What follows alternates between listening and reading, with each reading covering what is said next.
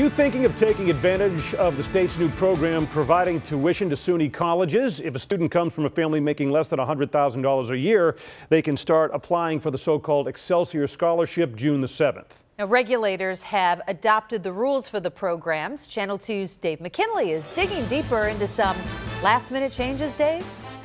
Indeed, Mary Alice, it is also important to remember that in many instances, lawmakers adopt general state policy, in this case providing tuition for eligible students, and then leave it up to the appropriate state agencies to establish rules on just how the program runs. And in this case, with some tweaks, they've finally done so.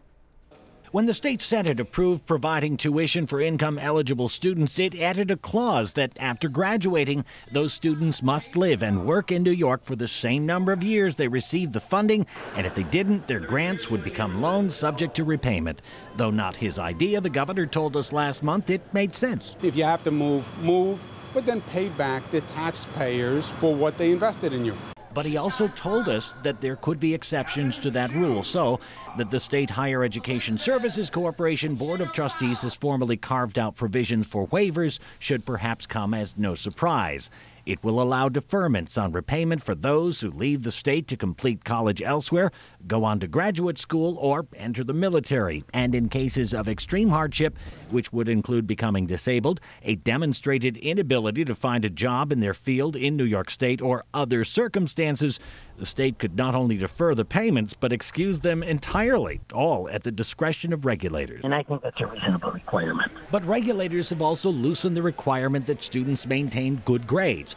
Gallivan told us that when the program was under consideration, lawmakers thought for a while about assigning a certain GPA to maintain the assistance.